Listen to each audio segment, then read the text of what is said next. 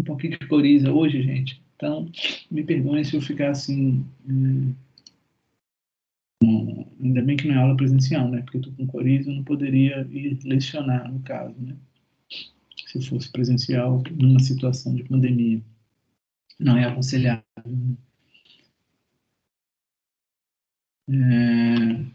Mas o nosso último encontro, então, eu acho que assim, ficou essa ideia de ser uma reflexão mesmo para o nosso comportamento moral. E pensando que a moral trabalha com a nossa liberdade, né? Então, a gente é livre para escolher, para decidir de uma maneira ou de outra, por uma atitude ou por outra atitude. É, ou seja, a moral sempre é uma visitação interior, né? É sempre um olhar para dentro, né? E buscar a decisão correta. Não há para a moral, portanto, né? Não deve haver uma pressão, né, exterior para que a gente tenha uma ação moral. A ação moral deve ser aquilo que a gente acredita que é o bem, né? E que é o bem não apenas para nós, mas para o todo, né? Para a totalidade. E essa ideia de totalidade, eu espero que ela fique um pouco mais clara hoje, que hoje que a gente vai falar sobre a ética de Aristóteles, que é erigida, que é elaborada a partir do pensamento grego, né? Aristóteles grego, está lá no ano 380 antes de Cristo, né? Ali próximo de Platão também, próximo de Sócrates. Aristóteles é um discípulo de Platão, com um viés, uma perspectiva diferente de mundo, uma visão diferente de mundo, mas que é uma Grécia, portanto, que tem uma cosmologia, um modo de ver o mundo, de perceber o mundo, é um modo diferente do nosso, né, do nosso mundo moderno, um mundo onde se diz, né, os deuses fugiram, né? Nosso mundo não é mais um mundo sagrado, é um mundo propriamente da técnica, da produção, da elaboração de coisas e produtos e relações de consumo, etc.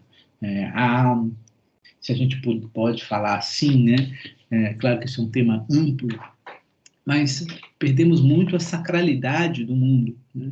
O mundo grego ainda é um mundo onde todas as potências do mundo, tudo aquilo que existe, entes, né? O que são entes?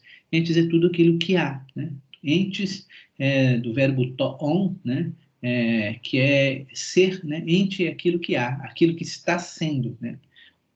Ente é como se fosse um gerúndio, né? É algo que é um sendo, um sendo. Então, esse copo é um ente, né? Ele está aqui sendo copo. Eu sou um ente especial, diferente. Não porque eu sou Clécio, sou especial e diferente, mas porque eu sou um ser humano. Eu sou um ente que pensa. Então, isso é um ente. O meu mouse é um ente. Essa caneta é um ente, né? Você é um ente. Wagner é um ente. Kemmler é um ente. Cada um de nós é um ente, né? Lembrando que o ser humano é uma espécie distinta de ente. Então, para a cosmologia grega, tudo tem todas as coisas estão em relação. Então, acho que é isso que eu vou tentar fazer com que fique claro que hoje, nesse momento que a gente fala da ética de Aristóteles. Eu não sei se vou fazer uma aula comprida. Eu preparei aqui um slide para gente para falar disso.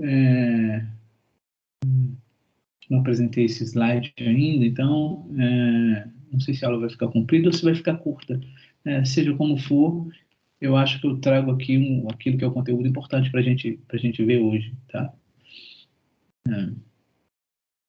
Eu vou tentar compartilhar uma tela. Estou com muita sede.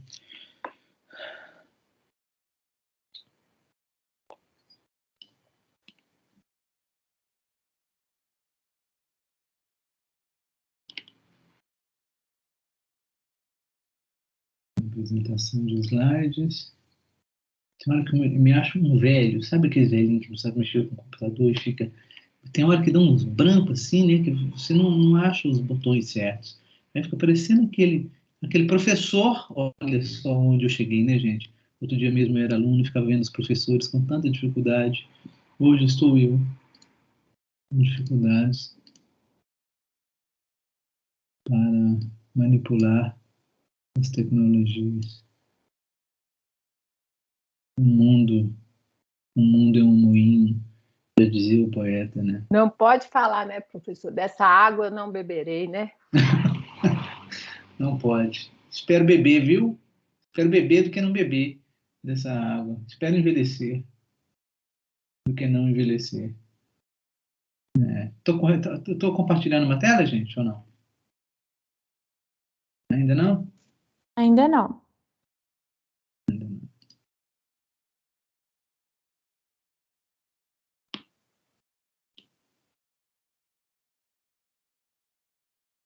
Agora foi.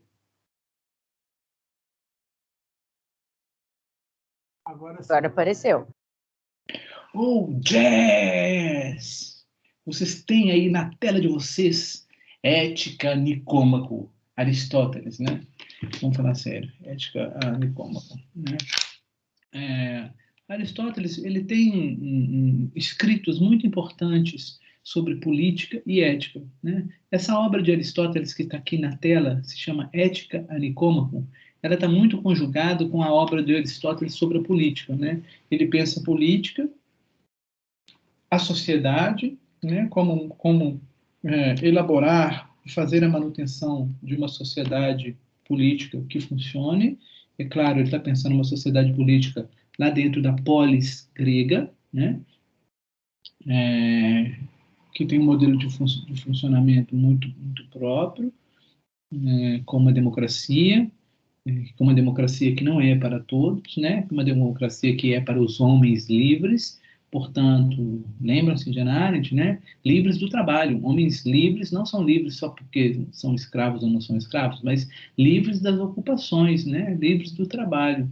Como é que a gente pode fazer política se eu tenho que lavar vasilhas, lavar louças, lavar roupa, lavar tênis, fazer comida, ir no sacolão? Não tem jeito um sujeito desse participar da vida política. Esse sujeito é escravo do mundo, escravo dos afazeres do mundo, né? Para estar no mundo político é preciso ser um homem livre. Portanto, alguém que tenha empregados, escravos, né? Esse é o homem político grego. Exclui uma parcela imensa da população, né? Se a gente for olhar para nós, né? Tentar transpor para o nosso mundo, nós, trabalhadores, né? Que tem que passar 8 horas trabalhando, dando aulas por dia, etc., ou que temos que passar tanto tempo no nosso consultório cuidando da nossa sobrevivência, como fazer política, né? Fica essa questão, né? A gente tem que encontrar, portanto, outros meios, né? E até de afirmar que o sistema que Aristóteles diz, ele é muito difícil de ser alcançado pelas sociedades contemporâneas, que são sociedades muito mais complexas do que a sociedade que Aristóteles conheceu, né? Uma sociedade com cidades com um número pequeno de habitantes, então, né, as pessoas se conheciam e elas podiam manter outro ritmo nas relações de trabalho, etc. O mundo contemporâneo é extremamente dinâmico, né? Aristóteles não sobreviveria 10 dias, soltar ele aqui nesse pandemônio que é o século XXI, num país de terceiro mundo, né? Ele não daria conta, né? País de terceiro mundo? Sim, sim. Vamos lá. Então, tá aí. Ética Nicômaco é um livro. É o nome do livro, é o nome da obra, né? Do Aristóteles, Ética Nicômaco. Possivelmente, alguns historiadores, né, relatam que Nicômaco é o filho do Aristóteles. Aristóteles tem um filho que se chama Nicômaco, né? E o filho de Aristóteles estudava com Aristóteles, aprendia com Aristóteles, era um aprendiz mesmo, um aprendiz, né, do Aristóteles. E a partir das aulas que o Nicômaco anotou, é que o Aristóteles criou esse livro. Então parece que ele criou esse livro com as anotações do próprio filho, né? Então por isso é uma ética a Nicômaco. Ele fez essa ética para o filho dele. Então isso é uma curiosidade histórica, né, biográfica, e que também traz um outro dado, é que o pai de Aristóteles também se chamava Nicômaco, né? Então, há outros historiadores que dizem que ele pode ter escrito essa obra em homenagem ao pai, né? Ética ao meu pai, né? A Nicômaco, né? Seja como for, está aí os dados curiosos, né? sobre esse momento. Aristóteles, ele foi um aprendiz de Platão, né? Estudou com Platão, passou pela vida, pelo início da formação junto com Platão, que Platão era um idealista, não é isso? Aristóteles, ele difere aí, ele não segue esse caminho do idealismo, né? Então, não é que ele faz uma ruptura, mas ele procura um caminho diferente do caminho de seu mestre Platão. Então, Aristóteles vai trabalhar muito, valorizar muito as relações com o mundo, né? As relações com a sensibilidade. Lembre-se, para Platão, o mundo é uma imitação. É isso? Para Platão, o mundo é uma cópia. A verdadeira identidade das coisas são as ideias que se tem das coisas, né? Por isso, a gente tem em Platão o mundo das ideias, que é um mundo inteligível, e o mundo sensível, né? Talvez vocês estejam estudando isso em Razão e Modernidade, né? E espero que isso fique mais claro aí com o Ângelo, que ele deixe isso mais claro para vocês. Mas Aristóteles, ele tem outra percepção do mundo. Para Aristóteles, as relações que nós temos no mundo, né, uns com os outros, é aquilo que é de mais fundamental, né? Não por acaso a gente viu Hannah Arendt sempre se retratar a Aristóteles no trabalho dela, né? A ética, então, em Aristóteles vai ser pensado como uma cosmologia, né? Aí vão aparecer alguns termos chaves, tá, gente? Quando vocês tiverem dúvidas, vocês falem e eu tento melhorar. Mas quando eu digo aqui finalidade, né? Olha, deixa eu colocar um apontador aqui. Aparecem algumas palavras como finalidade, né? A gente vai ver que finalidade é um termo chave, um termo importante, né? Teleologia, né? É um termo importante. E teleologia e finalidade querem dizer a mesma coisa, né? São sinônimos aqui, né? Teleologia e finalidade. Né? Então, a ética, portanto, ela vai ser pensada como cosmologia. As finalidades, a adequação e a justeza em relação à teleologia. Cada ser cumpre sua finalidade com a virtude que lhe é adequada, né? A cosmologia grega, e é isso que eu dizia bem no começo do nosso encontro, né? Cosmologia é um modo de ver o mundo, né? Uma maneira de ver o mundo. Né? É a visão cósmica, né? É a percepção cósmica do mundo, né? Do cosmos, de como o cosmos se organiza. E para o homem grego, Aristóteles, inclusive, né? O mundo se organizava em constante em funcionamento de constante adequação entre todos os entes, entre todos os seres. Tudo o que existe no mundo, né, existe por uma razão e está concatenado em relação com tudo o mais, né, com tudo aquilo que existe. As coisas não estão no mundo isoladamente. Uma árvore não está no mundo isoladamente. Uma pedra não está no mundo isoladamente. O vento não é um evento isolado no mundo. Todas as coisas estão em relação e elas contribuem para o funcionamento da cosmologia do cosmos. Percebe isso? Há uma profunda relação entre todos os seres. Né? Isso que a cosmologia grega vai pensar. Talvez a gente pudesse ilustrar aqui, imaginar o mundo, né? O mundo como um organismo vivo, em que todas as coisas têm relação: terra, água, ar, vento, chuva, né? Os seres, animais, insetos. Aristóteles gostava muito dos animais, insetos, né? Ele era um biologista também. Isso vai ficando mais claro, eu espero poder explicar melhor a questão da teleologia, né?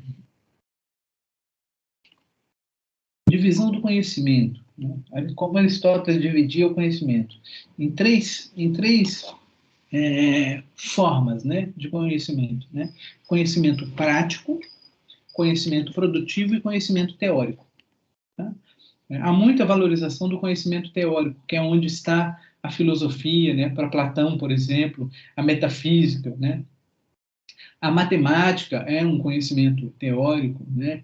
A física, a ciência natural, as leis da física, né? As leis da natureza, né? Isso são conhecimentos teóricos, né?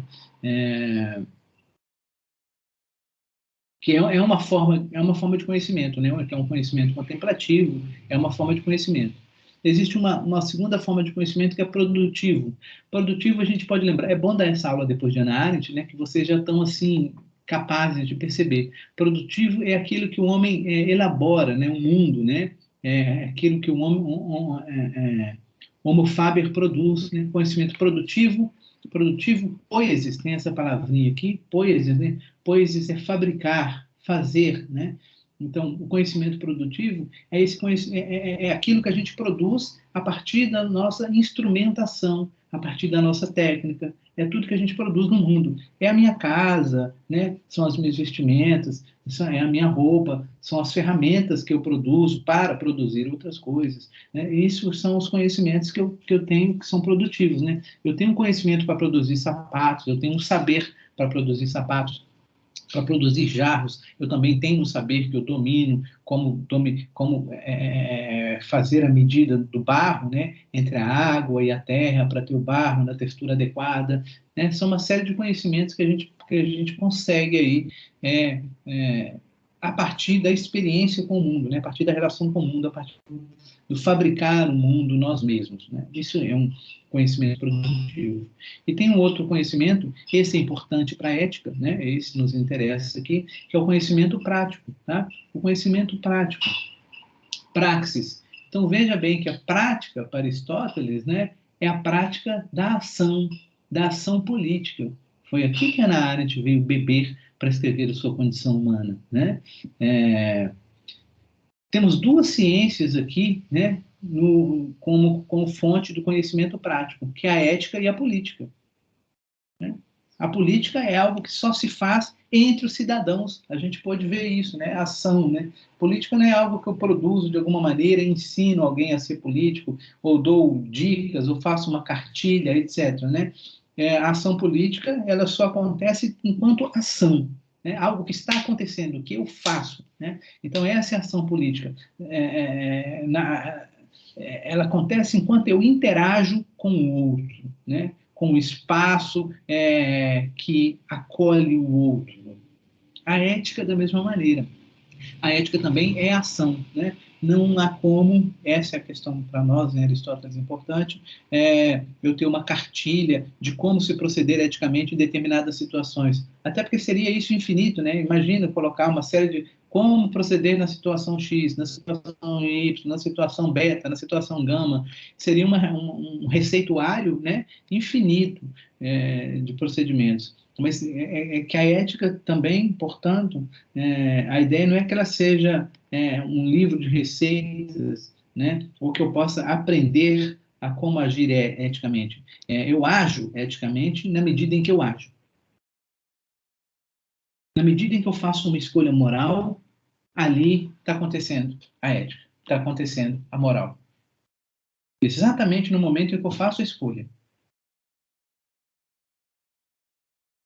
Se depois da escolha eu faço uma reflexão sobre o bem, ou antes da escolha eu faço uma reflexão sobre o que é bom, o que é justo, se eu sou capaz de fazer essa reflexão sobre o que é bom e o que é justo, mas ajo de maneira contrária, mas ajo contra a minha própria reflexão, ajo contra o que seria procedimento ético adequado, correto, né, justo, eu não estou sendo ético. Então, ética é uma ação prática, é um conhecimento prático. Eu só possuo, só posso ser caracterizado como uma pessoa moral a partir do momento que ajo moralmente. Fora da ação moral, você não caracteriza nada nem ninguém como moral ou imoral. Ou seja, nós somos julgados pelas nossas ações, não exatamente pelo que a gente pensa. Né? E isso acontece. Né? Não, mas eu penso, na hora eu pensei isso. Pensou errado. Eu pensou certo, mas agiu errado. Então, o que importa, né, que Aristóteles está dizendo, não é pensar certo, é agir certo. Né? Isso é mais importante, né, no que diz respeito ao mundo da ética, ao mundo da política. Né? Aparece aqui para nós uma palavrinha-chave, né? Teleologia. Teleologia é uma palavra que vem do grego telos, T-E-L-O-S, telos, né? Que quer significar exatamente finalidade. A palavra que eu sinalizei ali atrás, né? Finalidade.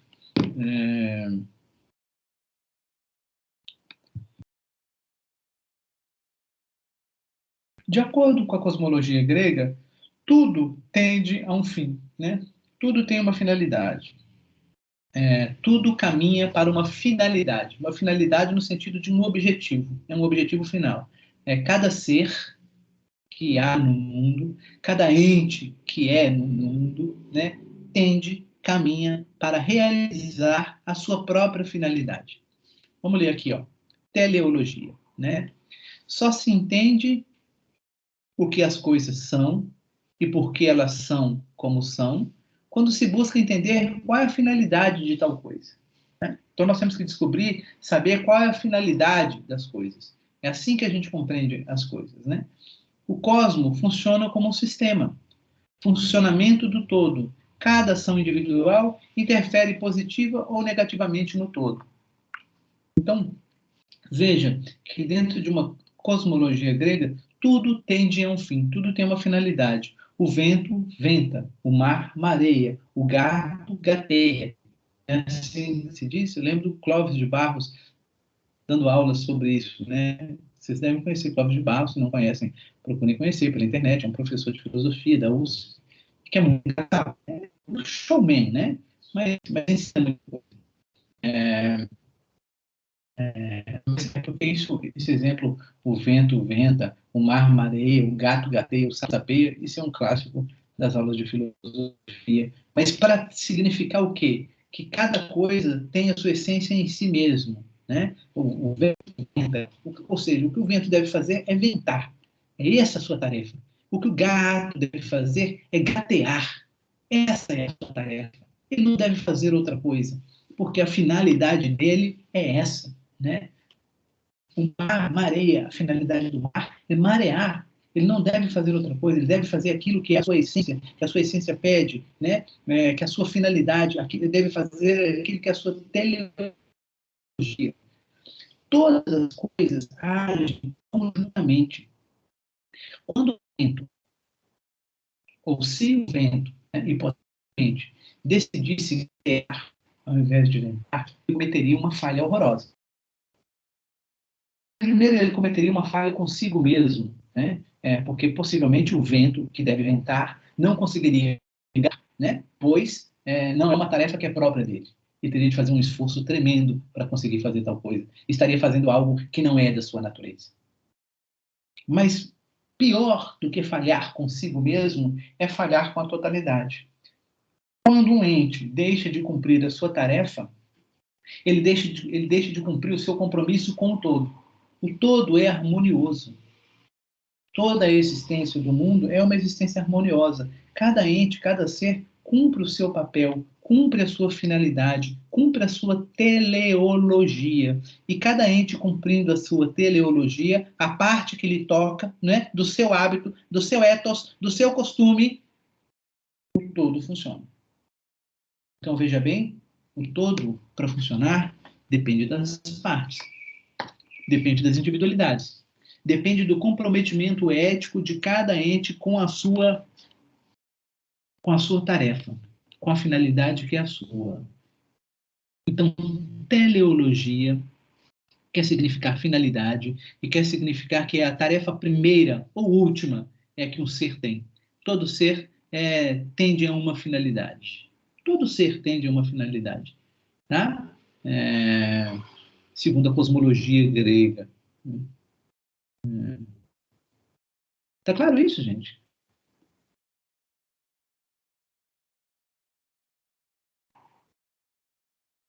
Tá sim, Tá sim. professor. Sim.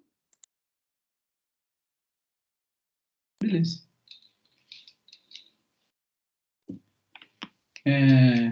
E aí a gente aproxima um pouco do ser humano, né? Do ser humano. A gente tem uma finalidade, qual que é a nossa finalidade? Vamos ver como que isso aparece aqui para nós, né? Qual que é a potência da alma humana? A alma humana, né? Do ser humano. Qual que é a sua finalidade? A gente entende que mesmo para Aristóteles, né? Embora Aristóteles não seja um idealista, mas ele tem também uma concepção de alma, né? Ele tem também uma concepção de alma que a gente vai ver aqui. O ser humano também é formado de corpo e alma. Lembrando que o corpo é isso que cuida assim das partes sensíveis, né? A alma, embora também tenha as experiências sensíveis, a alma que é intelecto, né? Então, mais uma vez, gosto de lembrar para a gente se desvencilhar um pouco da ideia da alma penada, né, ou da alma cristã, né? A concepção aqui de alma não é a mesma concepção da alma cristã. Alma, para o grego, é psique, né? É a condição intelectual, né? Então, a gente tem uma condição intelectual, essa condição intelectual que dá motivação para a nossa vida, né? Essa condição intelectual que é capaz de nos levar a seguir o curso da própria vida e nos fazer encontrar qual que é a nossa, a nossa finalidade, né? É, atualização, deixa eu ler aqui sobre o que diz da alma, né? A atualização dos processos, estou lendo aqui, você está vendo, né? A atualização dos processos ativos parece residir no paciente que se encontra afetado por essa disposição que é produzida. A alma, é isso aqui que me interessa, tá? A alma é aquela coisa devido à qual vivemos. Alma, né? Do latim, né? Anima, né? Que anima, né? Aquilo que dá ânimo, né? Que dá vida, né? A alma é aquela coisa devido à qual vivemos, sentimos e pensamos. Assim, seria a alma a noção ou a forma, e nunca a matéria ou substância. Então, ele está dizendo que a alma, para nós, né, é essa forma da vida, é esse intelecto, mas algo que, ao mesmo tempo, né, não tem forma, não tem materialidade, não é uma substância. A alma não é uma substância, algo que eu poderia pegar, manipular, ver, né, etc. A alma não é um outro ente dentro do corpo, mas é intelecto, né? Intelecto vem de intelecto, né? Da palavra grega aí de intelecto para intelecto, né? A alma, então, ela não é um outro corpo dentro de nós, porque isso seria bem a visão cristã de alma, né? Isso que nos habita, né? Para Aristóteles não necessariamente funciona assim, não é um outro ente dentro do corpo, né? Mas é intelecto do nosso próprio corpo. A alma existe enquanto existe o corpo, né? É, a alma de Aristóteles é diferente dessa alma de Platão que migra, né? Que viaja entre os corpos, etc. Tá? Então, o que eu estou querendo dizer aqui? Eu estou querendo dizer que tentando configurar o que é o ser humano para Aristóteles, o ser humano, portanto, é alguém que tem uma alma, é alguém que tem inteligência, né? É alguém que tem um intelecto, né? E a partir desse intelecto que a gente vai ver aqui as possibilidades de ação moral, né? A partir do intelecto, né? Aristóteles também faz uma divisão da alma, né?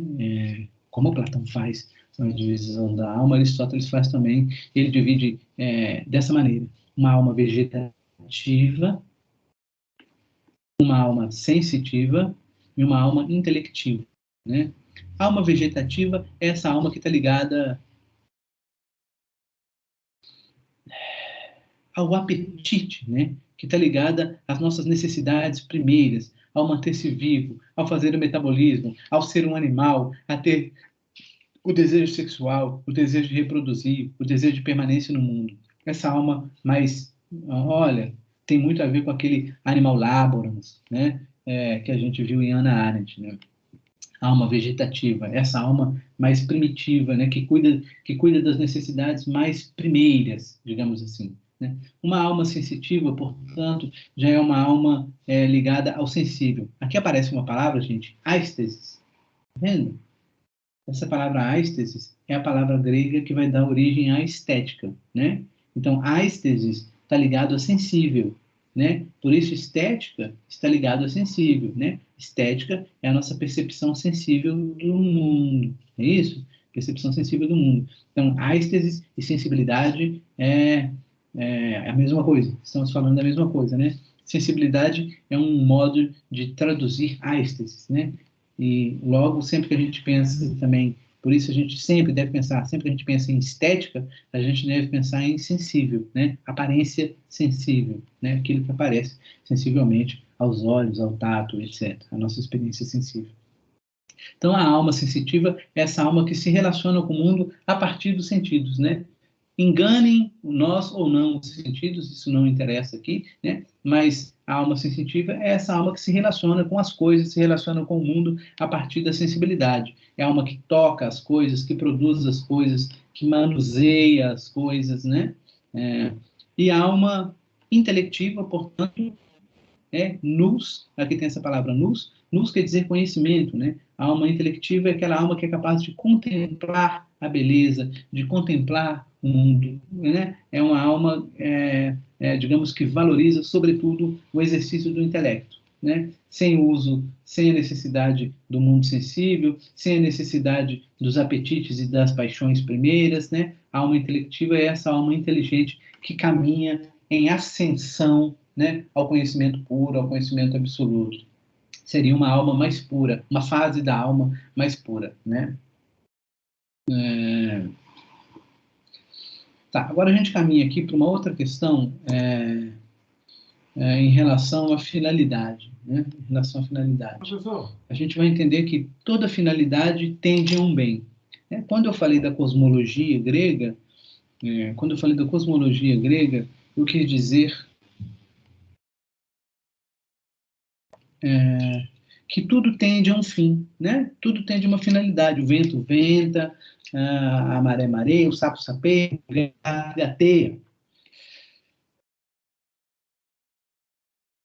Para dizer que tudo segue o caminho da sua teleologia. Tudo vai se realizar no caminho, no percurso da sua teleologia. E essa teleologia, esse cosmos, né, ele tende a um bem. Nada tende ao mal, né? O vento, ao fazer-se, faz o que é o melhor, né? O que melhor pode fazer, faz com excelência aquilo que deve fazer, né? A maré faz com excelência aquilo que deve fazer. Tudo tende a um bem. E o bem desse funcionamento todo, de cada coisa do mundo, é o bem geral, né? É o quê? É o funcionamento do mundo, é a existência do mundo, é a permanência do mundo, é a permanência cósmica, né? É a permanência do funcionamento, a manutenção do funcionamento dessa cosmovisão, dessa percepção de mundo. Então, tudo tende a uma finalidade e toda finalidade é sempre um bem. Cada ser apenas pode ser o que é quando segue sua virtude em realizar aquilo que lhe é próprio. Está aqui outra palavrinha importante para nós, virtude. Tá? Outra palavra-chave aqui no nosso estudo, virtude. A gente vai discutir aqui, vamos tentar clarear o que é virtude. Tá? Então, repito, cada ser apenas pode ser o que é quando segue a sua virtude em realizar aquilo que lhe é próprio. Virtude quer dizer aqui uma espécie de excelência. Virtude mesmo, como a gente conhece, né? Você é uma pessoa virtuosa, né? É uma pessoa que é habilidosa e que tem habilidade, faz com habilidade aquilo que faz, né? Aqui, ao invés de usar a palavra habilidade, vamos usar a palavra excelência, né? Virtude é fazer com excelência aquilo que deve fazer, né? Então, cada ser pode ser o que é, cada ser apenas pode ser o que é, porque eu só posso ser o que sou, só posso ser o que sou se realizo a minha finalidade. Uma faca, o que ela deve fazer? Ela deve cortar. Cortar, e cortar como? Cortar bem. Uma faca só se realiza enquanto faca se ela corta. Se ela não corta, ela não serve, né? Ela não está cumprindo a sua finalidade. A finalidade de uma faca é cortar, e cortar bem, né? Ou seja, se ela tem dificuldade para cortar, ela já não está colaborando muito, né, com a sua própria finalidade, né? Então, percebe? Então, cada ser apenas pode ser o que é quando segue a virtude em realizar aquilo que lhe é próprio, né? Quando tenta realizar de maneira excelente aquilo que é próprio para ela realizar. A virtude, essa palavra grega arete, né, quer dizer virtude. Virtude, o grego vai chamar de arete. Ah, professor, para que você coloca a palavra em grego? Para te ensinar um pouquinho de grego, né? Porque você pode encontrar essa palavra por aí na sua vida e você precisa é, é, saber, né? A virtude arete é aquilo que permite que algo cumpra a sua finalidade. Então, é preciso ter virtude para cumprir a minha finalidade. Ou seja, se a minha finalidade, se eu sou uma faca, a minha finalidade é cortar, é preciso que eu seja virtuosa no ato de cortar, né? Que eu corte de maneira correta, que eu corte bem, que eu corte com excelência. Só assim, sendo virtuosa, serei uma faca que cumpriu a sua missão no mundo.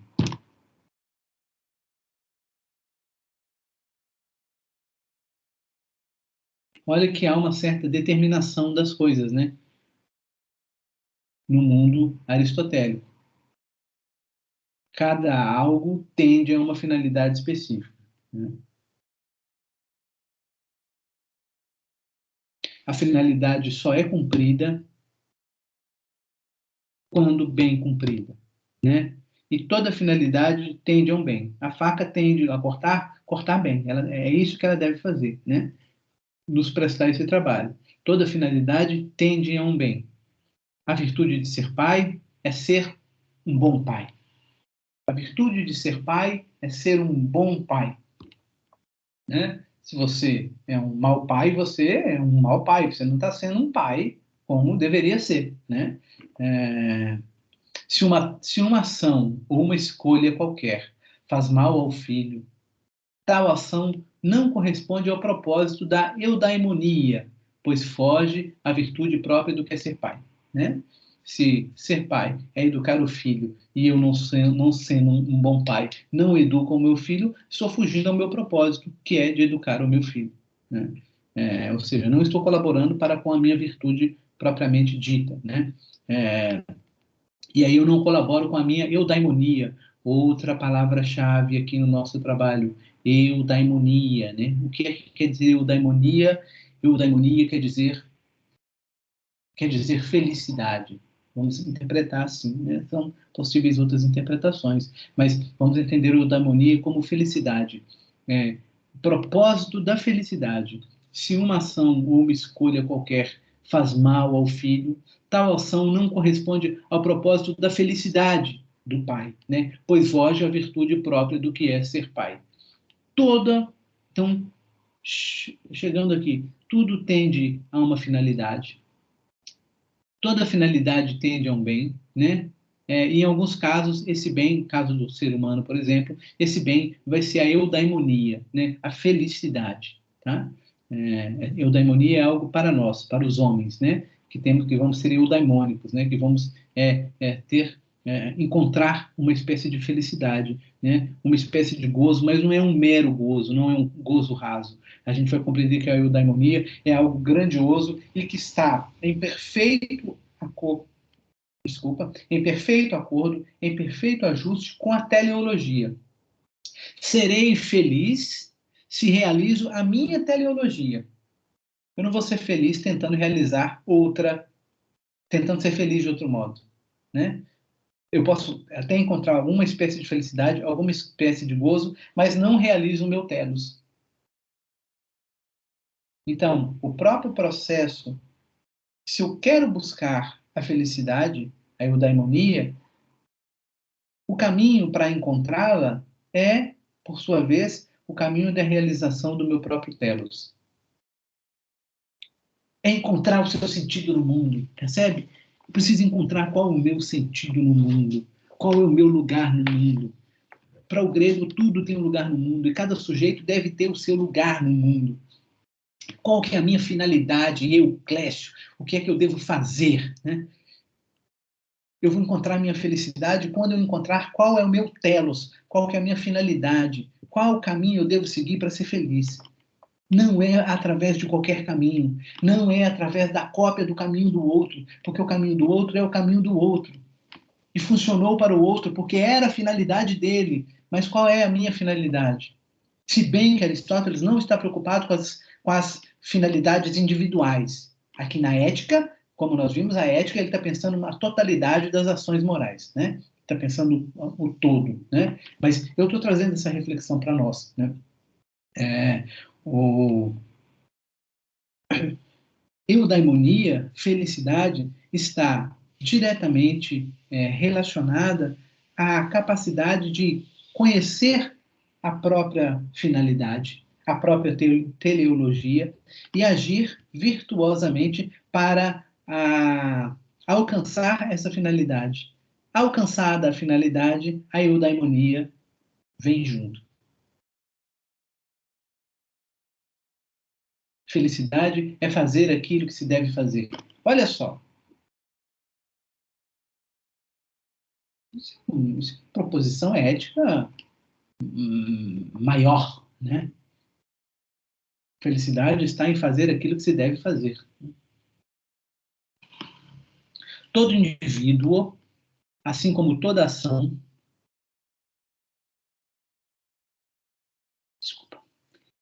todo indivíduo, assim como toda ação e toda escolha, também tem em mira um bem.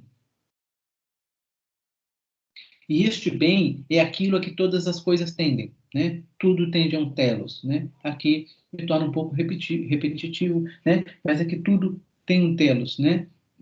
E toda ação e toda escolha deve colaborar para esse telos.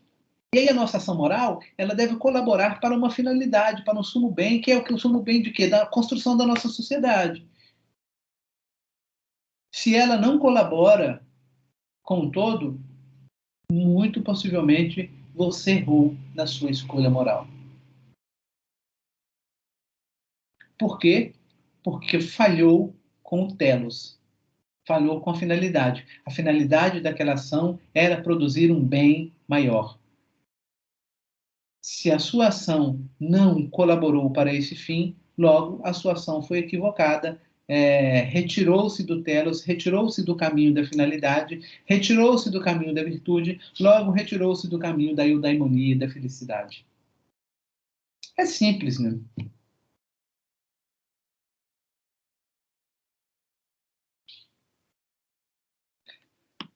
Pensando não individualmente, né, mas coletivamente, qual é o fim das nossas ações, né? Para Aristóteles, o fim das nossas ações é o sumo bem. Sumo bem é o bem maior, é o bem primeiro. O bem primeiro é o bem desse zoon politikon, desse homem que vive em vida coletiva, em uma vida política, que se relaciona com os outros, né? Portanto, a gente pode dizer que esse sumo bem é a vida em sociedade, né? É a vida em comunidade, a vida política. O fim que se tem em vista não é o conhecimento do bem.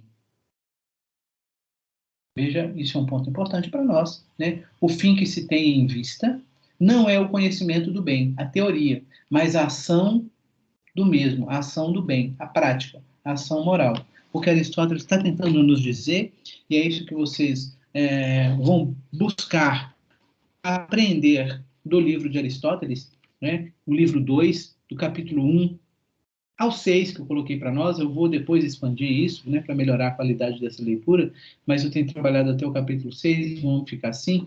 Então, o livro 2 de Aristóteles, da Ética Nicômaco, capítulo 1 ao 6, está no Canvas, está aí para você ler, já coloquei para você ler. Você vai ler e vai compreender que para Aristóteles não nos interessa muito o conhecimento do bem. Não nos interessa muito teorizar sobre o bem e a justiça, etc. Interessa muito mais a prática do bem, a prática da justiça. Lembrando, portanto, das três formas de conhecimento, né? Intelectual, poético e prático, né? É o conhecimento prático. É no campo do conhecimento prático que se situa a ética e a política. Portanto, de pouco adianta eu ter toda a teoria sobre o bem, toda a teoria sobre a justiça, né? Toda a teoria sobre a dignidade, se eu não ajo eticamente. Então, o valor da ética está no seu valor prático. Eu posso ser alguém que tem muitas leituras jurídicas sobre o que é ser justo, religiosas, sobre o que é ser bom, leituras sobre como ser honesto em 10 dias, né? Como ser feliz. se eu não tenho ações que levem no caminho desta finalidade, de nada adianta a teoria, né? O estudo ética será útil àqueles que desejam e agem de acordo com um princípio racional, né? Então, é preciso agir de acordo com esse princípio racional, e a ação é uma ação prática, né?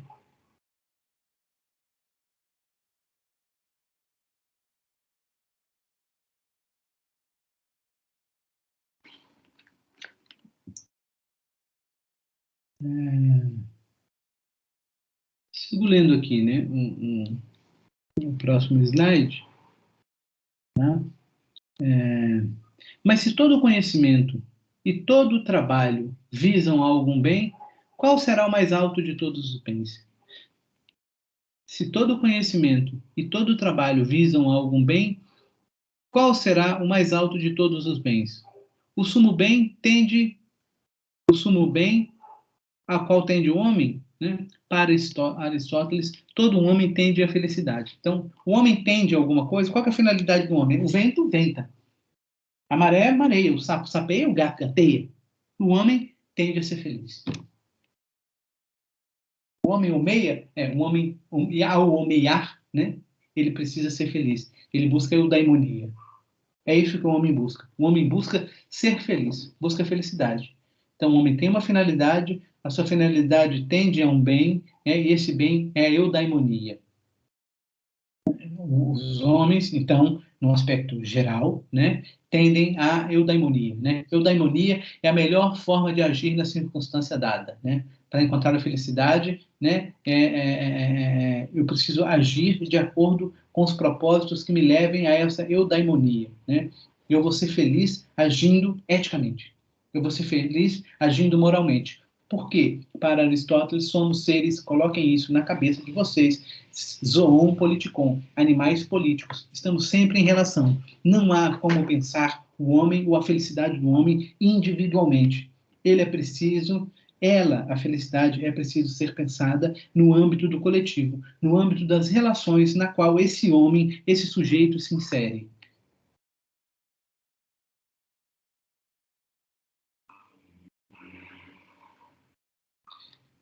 Então, quando a gente pensa em eudaimonia e felicidade, falamos desse homem nesse aspecto político que é o dele. Zoon politikon. Um homem é um animal político.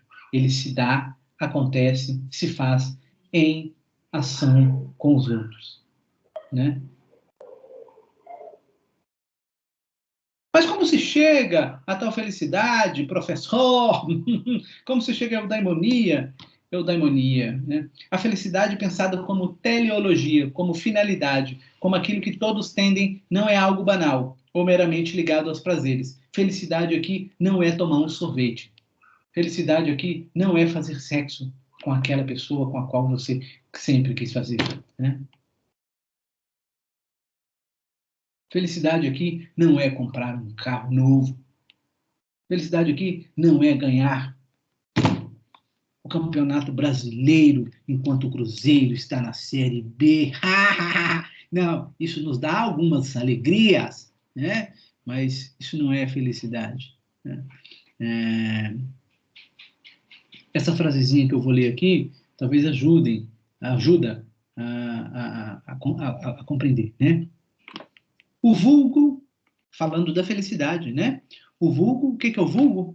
Né? A vulgata, né? A parte do povo iletrada, né? Aqueles que, gente que não tem o conhecimento. O vulgo é oposto ao erudito, digamos assim, né? O vulgo, né? As massas, né? As massas. Né? O vulgo não concebe da mesma forma que o sábio. Né? Para o vulgo, a felicidade é uma coisa óbvia, como o prazer, a riqueza ou as honras. Aqueles que identificam a felicidade com o prazer vivem a vida dos gozos. A riqueza não é o sumo bem, é algo útil e nada mais. Então, veja bem que essas riquezas, esses pequenos prazeres, eles são apenas pequenos prazeres, são coisas úteis, agradáveis, mas não são a felicidade propriamente dita, é a felicidade a qual Aristóteles quer se referir aqui, né? Então, a eudaimonia como uma felicidade não é algo pequeno, não é se realizar em pequenos prazeres. A felicidade a ser buscada é uma felicidade que se busca que se busca essencialmente. O que se busca para ser feliz é encontrar a própria natureza, é encontrar a própria teleologia, é ir justo na linha da própria finalidade. Muitas vezes, talvez até, para ser feliz, é preciso declinar certos pequenos prazeres. Eu diria que se você tem uma finalidade, né, de permanecer casado com a sua esposa, com o seu marido, a sua marida, etc., né, você precisará declinar certos prazeres, certas tentações, né, a fim de manter a beleza do seu matrimônio. Não, professor, que Caxias, que clichê. Ficou um pouco, mas eu acho que deu para entender, né? Olha, se a sua finalidade, se o seu objetivo é manter um casamento saudável, etc., né, justo, um casamento justo, transparente, né, é preciso que você recuse certos prazeres para que esse casamento justo permaneça. Que certos prazeres? Certas tentações sexuais que advêm da própria vida, de outras possíveis relações que você poderia ter. Nesse sentido, uma possível relação, ela colabora com o seu casamento? Vai depender do acordo que você fez como casamento. Claro, vai depender do acordo que você fez como casamento. Se você fez um casamento tradicional, monogâmico, etc., uma terceira pessoa, ela seria um impeditivo para o sucesso desse seu casamento. Né? Então, é preciso, com muita força e muita coragem, fé em Deus, afastar essa tentação de você para que o seu casamento se mantenha. Né? Se mantenha como? Nos padrões que você arquitetou, pensou, etc., como uma finalidade. Né? Como uma finalidade. Percebe? Então, pequenos prazeres, eles podem, inclusive, atrapalhar o seu processo de busca da eudaimonia. Porque eles são apenas pequenos prazeres, né? São apenas agradáveis, né? A felicidade é uma atividade, portanto, né, da qual Aristóteles fala, é uma atividade virtuosa da alma. É uma atividade virtuosa da alma. É essa a de fazer boas escolhas. Os demais bens são a condição dela. Os bens, o patrimônio, são a condição dela. São úteis, né? Ou são instrumentos para sua realização, mas não são a felicidade propriamente. Né? Podem ter alguma utilidade no processo. Né? A felicidade é alcançada com a prática da virtude. Ser virtuoso é agir em consonância com a condição de que um homem é um ser político. Então, já falamos disso aqui. Né? Então, a minha virtude com o modo de compreender o mundo, né? Que deve ser de que somos zoon politikon, de que estamos em relação com o outro. Eu ajo em virtude.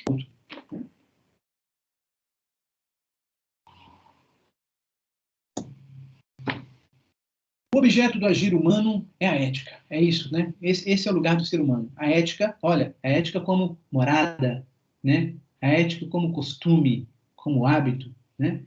O objeto do agir humano é a ética. É isso que a gente deve repetir. É isso que a gente deve cultuar. Né? É isso que a gente deve habituar a fazer. Né? Ter um comportamento ético, um comportamento moral, uma prática moral, né?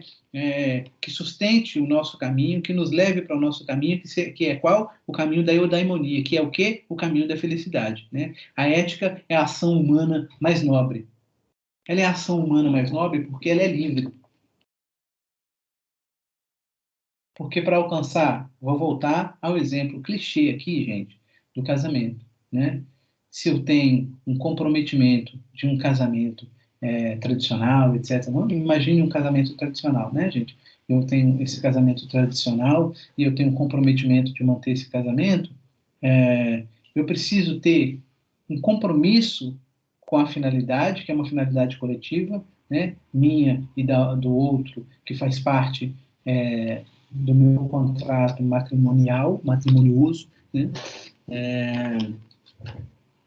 em cumprir essa tarefa, né? E aí eu preciso me desviar de tudo aquilo que não colabora ou que atrapalha para o sucesso do matrimônio. Nesse sentido, é que a ética é a ação mais nobre, percebe? Porque, olha, eu preciso ter clareza, eu preciso ter consciência e livremente decidir o que é melhor para mim.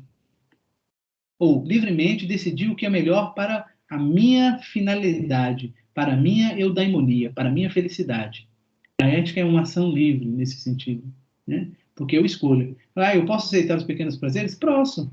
E vai ser ótimo? Vai ser gostoso? Vai ser bom demais, vai ser bom demais. Uma coisa diferente, uma coisa gostosa. Pô, que alegria, que sensação, né? Mas isso pode comprometer o seu bem maior, né? E aí, responsabilidade. Ou seja, você não está colaborando objetivamente, nem indiretamente com a sua eudaimonia, com a sua própria felicidade. Você pode estar trocando a sua felicidade, meu amor, por pequenos prazeres. Isso aqui é um sermão que eu estou dando para você que é casada, para você que é casado. Mentira, gente, né? Mas eu acho que ilustra, né? Ilustra bem essa questão, assim. Eu posso pensar exemplos mais políticos para uma próxima conversa, né?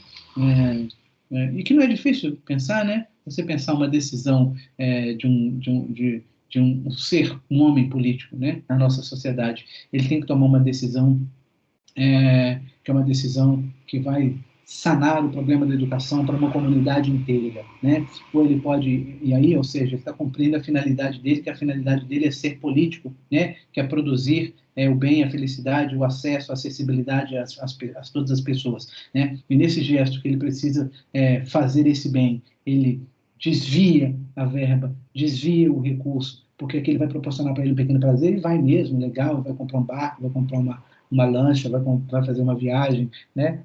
Vai proporcionar um prazer, e é justo que ele tenha um prazer, coitado, né? O homem precisa de prazer. Só que, olha como ele compromete. Ele compromete todo o ambiente político, ele compromete toda a estratégia política, ele compromete todo o político, né? Toda a polis, todo o funcionamento da cidade ao valorizar muito mais o seu desejo particular, privado, do que valorizar aquilo que é a finalidade do processo político per si, né?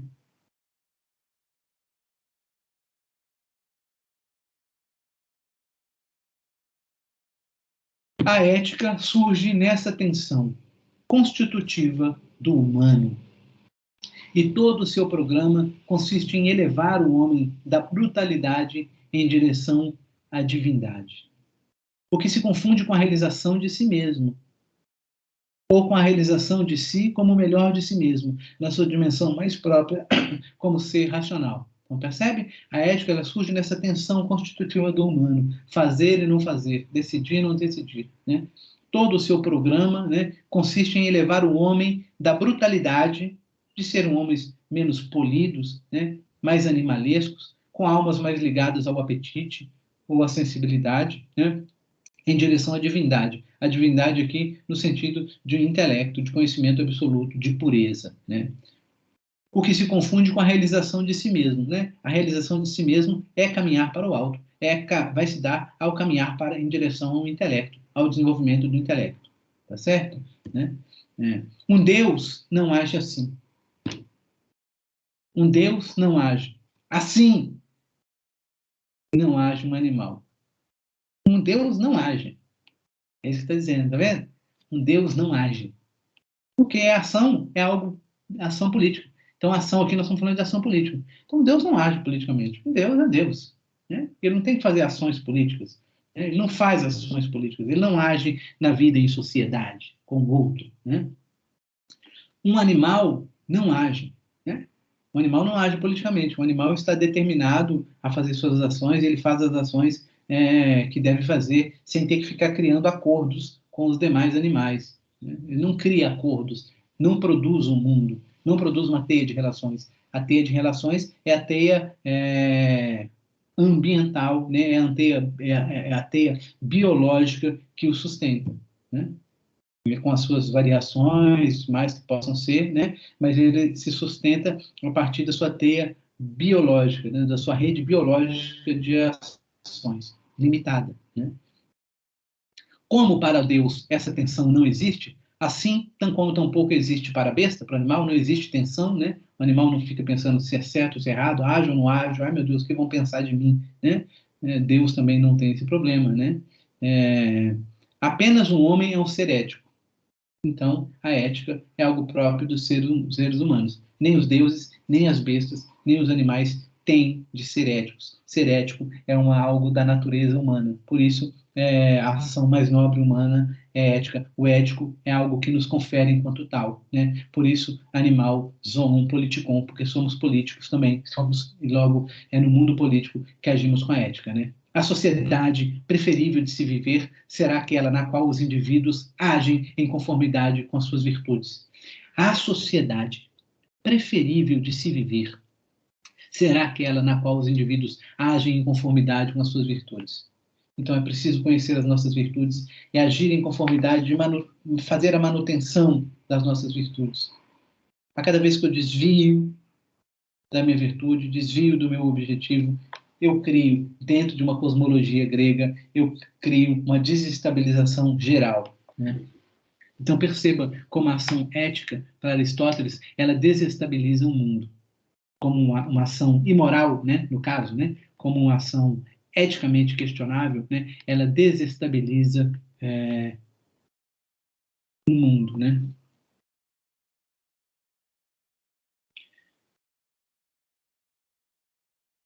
A ética, portanto, não é algo que se exige conhecer, mas praticar, né? Não interessa conhecer a ética, mas compreender que ela se dá enquanto prática e não enquanto contemplação.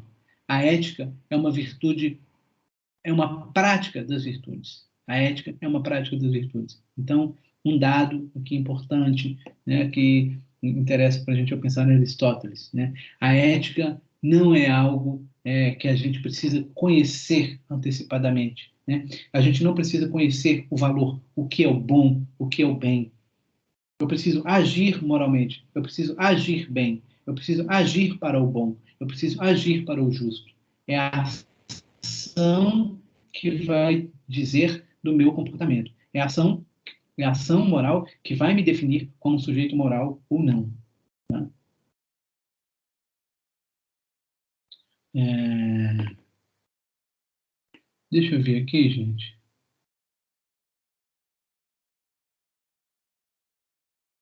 Aristóteles vai dividir, né, as, as, as, as, as virtudes, né, em dois tipos, né, que é se a gente pode aprender as virtudes, né, ou se a gente já nasce com elas, né? As virtudes são adquiridas pela aprendizagem, pelo hábito ou adestramento, ou se são conferidas pela providência divina, né? Ou se é produto do acaso, né? O que são as virtudes, né? Como temos as virtudes? E para Aristóteles, ele vai colocar duas espécies de virtudes, né? As virtudes intelectuais, que são resultado do ensino, né? E por isso precisam de experiência do tempo. Virtudes, que a gente viu que são virtudes, né? Virtudes é fazer bem aquilo, fazer com excelência aquilo que a gente precisa fazer, né? É uma qualidade, né?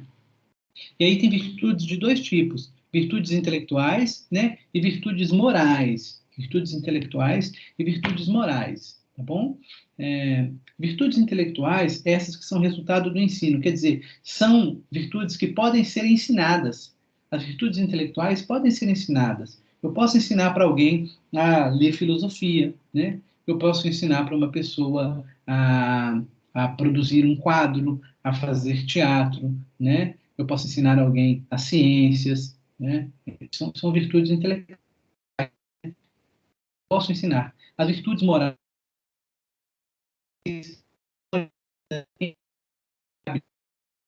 resultado moral, mores, hábito, né? As virtudes morais são adquiridas em resultado do hábito. Elas não são com as artes, né? Nós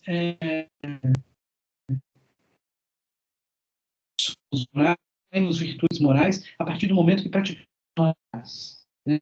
Não nos devem, né, ensinar virtudes morais, porque não é assim que a gente aprende que se torna moral.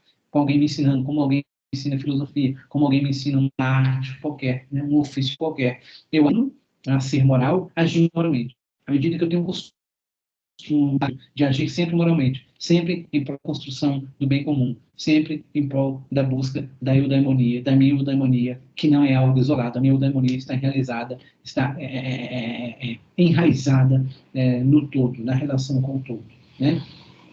Olha esse exemplo para falar de como a prática moral é legal, como Aristóteles coloca aqui. Os homens tornam-se arquitetos construindo, e tocadores de lira tangendo seus instrumentos. Da mesma forma, tornamos-nos justos praticando atos justos, né?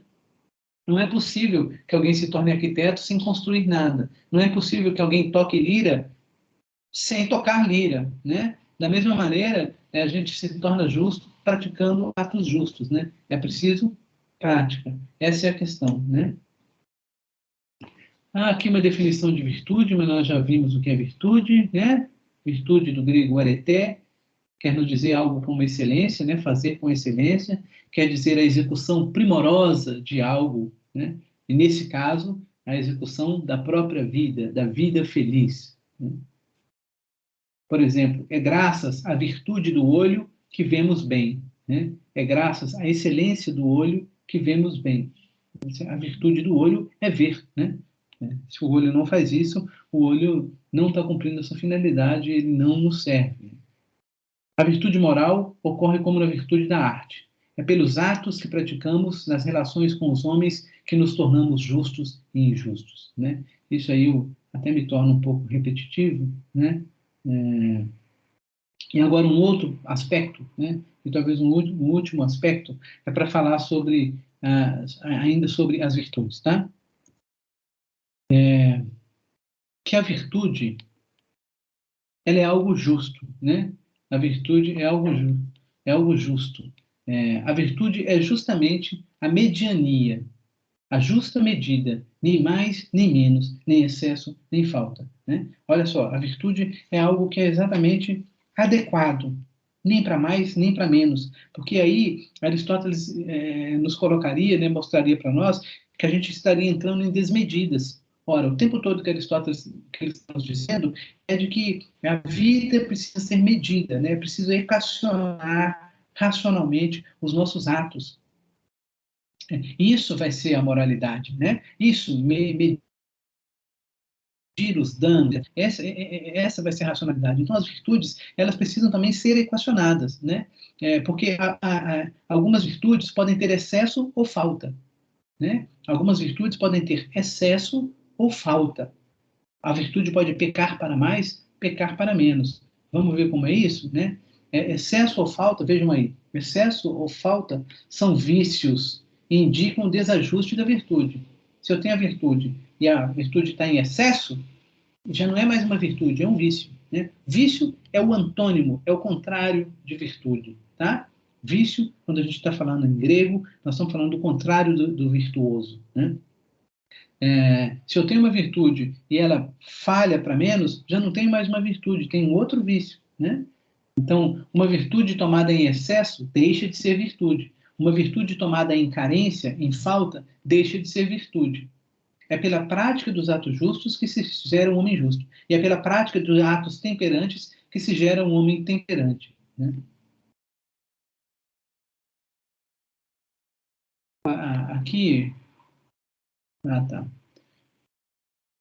O excesso, né? Exceder-me em alguma virtude é uma forma de erro, né? E o meio termo é a forma digna. Então a gente deve procurar sempre o meio termo, ter temperança. Temperança, é isso que Aristóteles está falando. Até mesmo para com as nossas virtudes é preciso temperança. Vamos ler aqui Aristóteles, o próprio Aristóteles. tanto a deficiência como o excesso, é um exemplo, tá? Uma analogia. Tanto a deficiência como o excesso de exercício destroem a força. Da mesma forma, o alimento e a bebida que ultrapassam determinados limites, tanto para mais como para menos, destroem a saúde. Ou seja, né, do ato, da virtude de comer, né, comer para menos é desmedido, comer para mais é desmedido. Né? Aqui, Aristóteles dá um exemplo aqui clássico, né, sobre a desmedida. Né? Lendo o quadro branco aqui, tá? A imagem. O mesmo acontece com a temperança, a coragem e as outras virtudes. Pois o homem que a tudo teme e de tudo foge, não fazendo frente a nada, torna-se um covarde. E o homem que nada teme, absolutamente nada, mas vai ao encontro de todos os perigos, torna-se temerário. E, analogamente, o que se entrega a todos os prazeres e não se abstém de nenhum, torna-se intemperante, enquanto o que evita todos os prazeres, como fazem os rústicos, se torna, de um certo modo, insensível. Então, para desempenhar nossas virtudes, é preciso frônesis. Não vou cobrar essa palavra de vocês, não. Frônesis é temperança, né? Frônesis quer dizer temperança. Né? Tem uma outra tradução para frônesis que geralmente as pessoas usam, que é...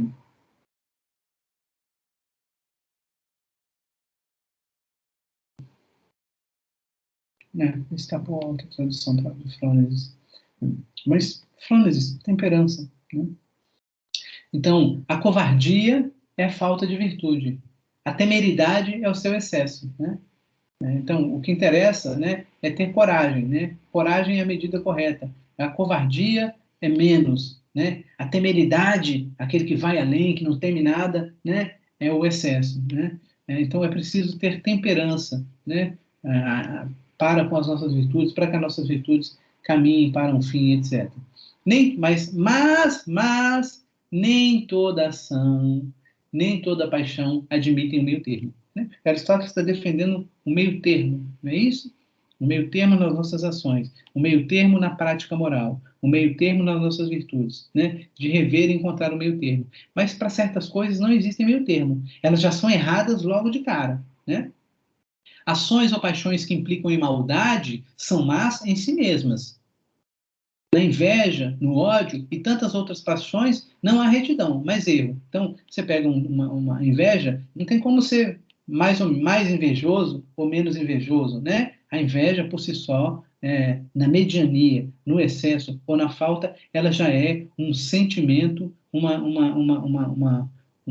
pathos, né? Uma emoção indesejável. Né? A inveja, ela é um mal em qualquer circunstância. Não há meio termo para certas emoções. Né? Não há meio termo. É absurdo procurar meio termo em atos injustos. Você tem um ato injusto, né? Você não tem que procurar meio termo, né? Porque ele é já em si injusto, né? Do excesso ou da falta não há meio termo, né?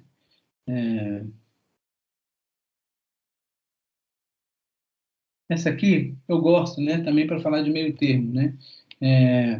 Porque a gente pode pensar o meio termo em relação a nós, né? E em relação ao objeto.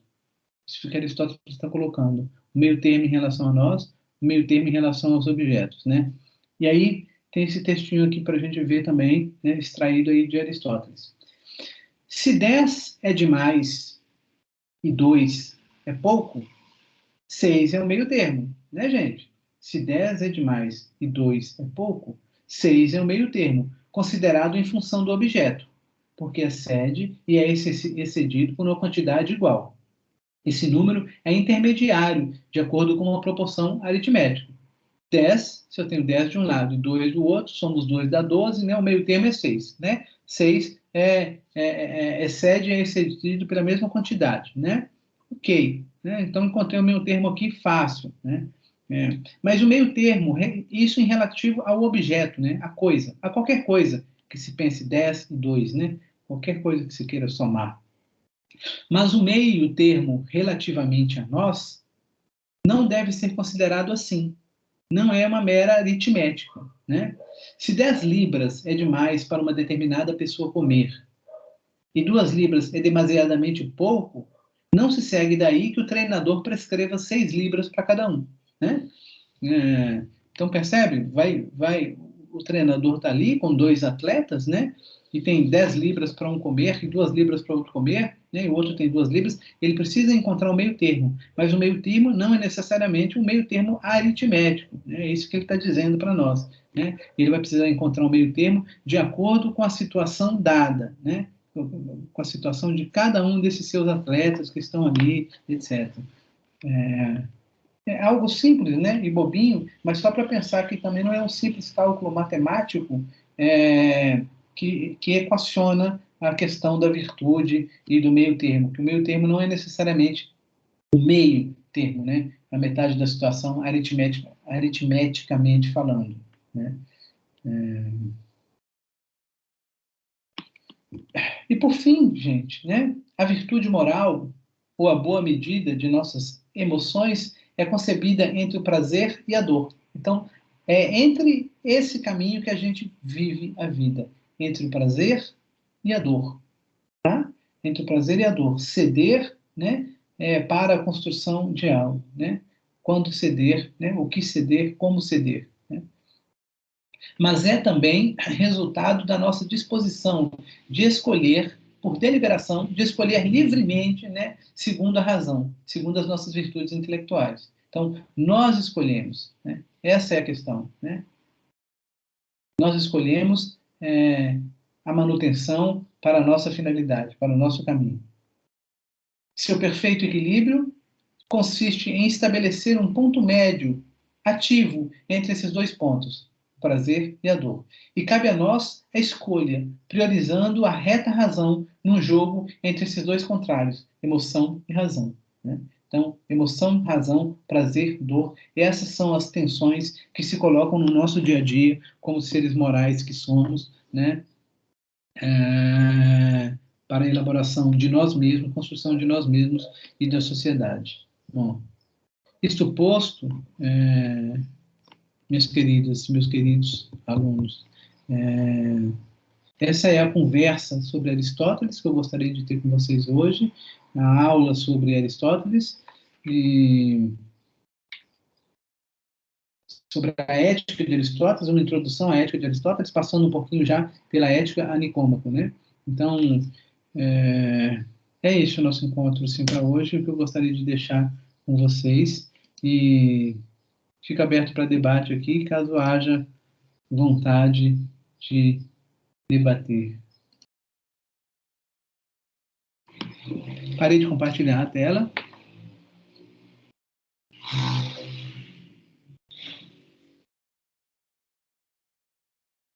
Pois não, Giovanni?